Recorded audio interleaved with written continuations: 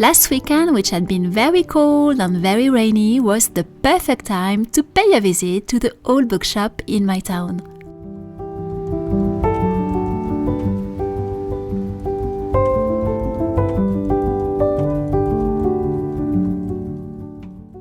And to hunt for a few treasures. And it was a good day as I came back with 7 books, including several children's books.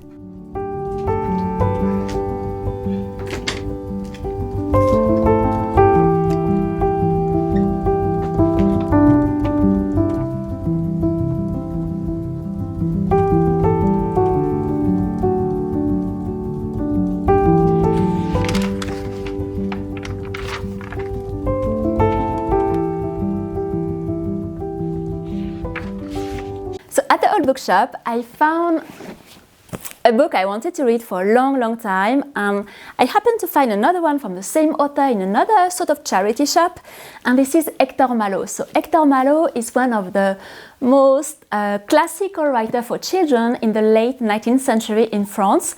And interestingly enough, he's very easily translated. You can find it in English, both in old copies or in new copies in English, very easily. It has been just very recently retranslated. So he has written a lot of books, but his most famous one is this one, Sans Famille. So when I was a child, I was familiar with this character because there was a cartoon which was super popular, which was called Rémi Sans Famille, and it's the name of the character. And this was a Japanese adaptation from this super mythical big novel for children. And this is the story of a little orphan who is going to be sold, and then he's going to have a lot of adventure with a sort of musician and his dogs, and there is a little monkey, and they go from town to town and they have all sorts of adventures. I don't remember really well the story, so I'm really excited to read it. And he's just a fantastic storyteller, Hector Malot. At once, when you open a page, you want to know what's going to happen. I found this other one, En Famille. So this one is Sans Famille, which is translated, I think, as A Boy with No Parents. I don't remember the title. I will show the cover of the English version of this one. And this one is En Famille. And this time, it is the story of a little girl who is an orphan, and everything is going to end up really well, but she has a lot of struggle, a lot of challenges, and they are always very poor, of course, at the beginning, and little by little things get better for them, but they have a lot of challenges. But they were so good. This one, I finished it in March, and I really enjoyed it. I thought it was very inspiring. I like reading books for children once in a while because most of the time, at least not to say all the time, you have happy endings. Which you don't really have so much with adult novels, especially from the 19th century. I'm reading a lot of Balzac, and Balzac, you really struggle to have a happy ending. But with those, you know it's hard, you know it's really difficult, but it's going to end really well. And it is just so inspiring. I had even wrote down a lot of passages from this book, which I just found inspiring. It's a sort of self-development book from the 19th century, actually. I was thinking of that, and I was thinking, this little girl, she is constantly making appear the things she needs to go a little further in life, and she trusts life, and life puts in front of her the good thing, the right thing to make progress. Yes, it was really interesting and inspiring, and I love reading big old books like that. And this one, Sans Famille, I am so excited. This one is huge. It's for a children novel. It's, I think, a little more than 500 pages. And there is Rémi, there are all the other characters. The engravings in this one are really beautiful. They are really inspiring. He has his harp, and they are playing their music in different villages. It's really hard, and you see all the problem of children at the time, and orphan, and how hard life could be for them, of course, which gives us a lot of perspective with our modern time, I think, and all the things we take for granted. A lot of books I talk about in my videos, like La Comtesse de Ségur, who is pretty much from the same time that Hector Malot. You can't easily find La Comtesse de Ségur at all in English. You have 1 or 2 titles. All her famous books are not translated, not very easy to find. And Hector Malot, you can find him everywhere, so I don't know really why. In the meantime, outside, not much has been planted in the windows and the balcony boxes, only strawberries, because it has been really too cold.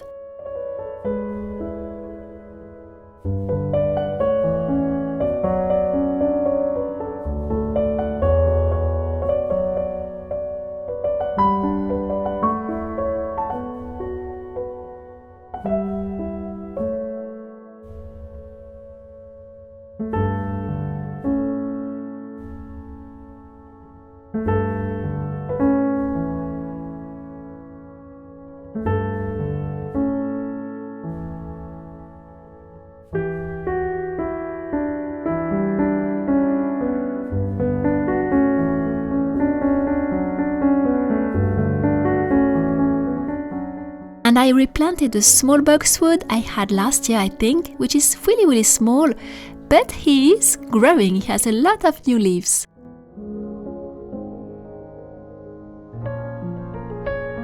As the nights are getting shorter and the season of candles will soon be over, till next autumn, I would like to recommend the perfect book.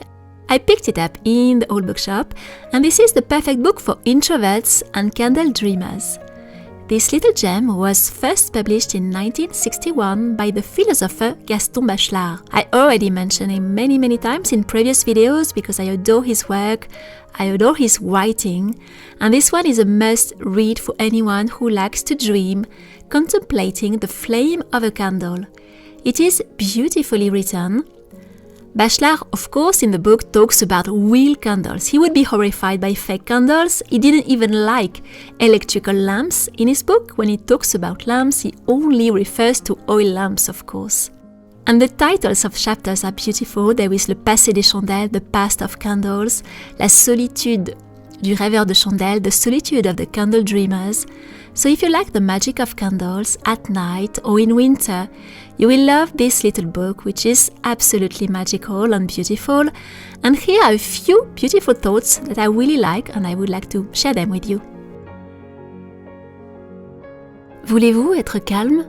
Respirez doucement devant la flamme légère qui fait posément son travail de lumière. Le monde va vite. Le siècle s'accélère, le temps n'est plus des luminions et des bougeoirs.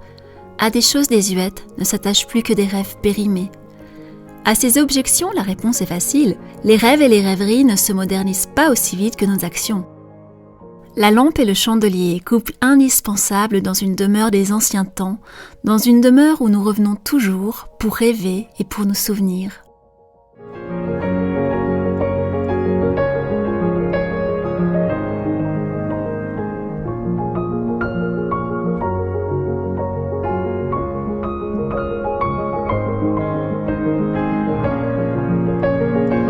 I also found this one at a charity shop, and this one is really intriguing because I think it is the first book I've seen in French, so it's an adaptation of an English story which was published around 1870 and which features animals dressed in humans.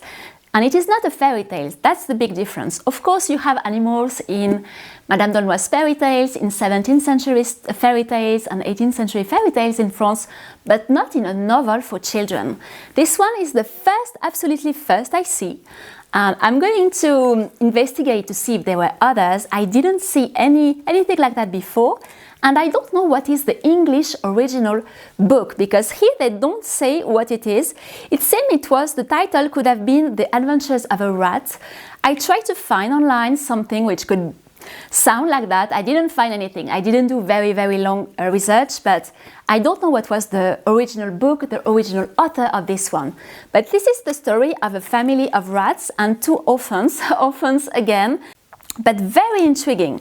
And of course it is much before Beatrix Potter, who started to publish, I think, her first stories in the very beginning of the 20th century. So this one is much earlier, and the English one, the original one, must have been even earlier. So that was very intriguing. I found it for almost nothing, and the title is La Famille Chester, and the authors here are just the adaptators. They are not the original writers, and you can find it on eBay. I saw it, it's very easy to find, the very same edition. This one I found it for nothing in a charity shop, but yes, I was so pleased. It was just a super good surprise to find it.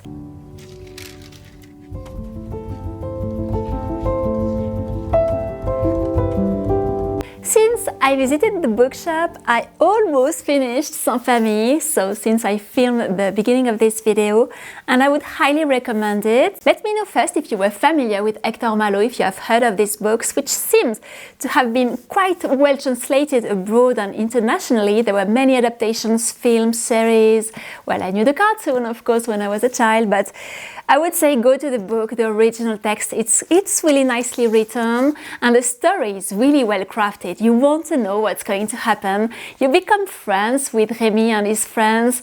There are 3 dogs. Well, a lot of the main characters die in the story, but still, it's not depressing. It's super intense. There are very, very intense moments where they are very close to death and some people die, but it's still optimistic and energizing because you see Remy, he has to deal with so many things, so many challenges. Still, he goes through all of that. So I think it's pretty inspiring, and it's probably the reason it keeps being translated and recently republished even in English. So I was pretty impressed to see that.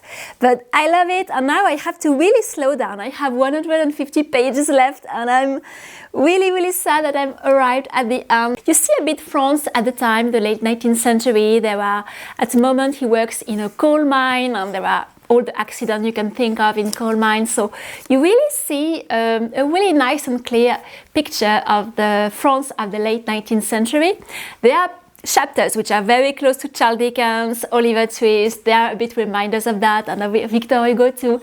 But it doesn't spoil the story. It's still nice, and he has his own writing. And if you happen to know, if you have heard of this story, La Famille Chester, Histoire de la Famille Chester, and if you have heard of who is the author of this story, the English title must have been different, but I would be interested to know.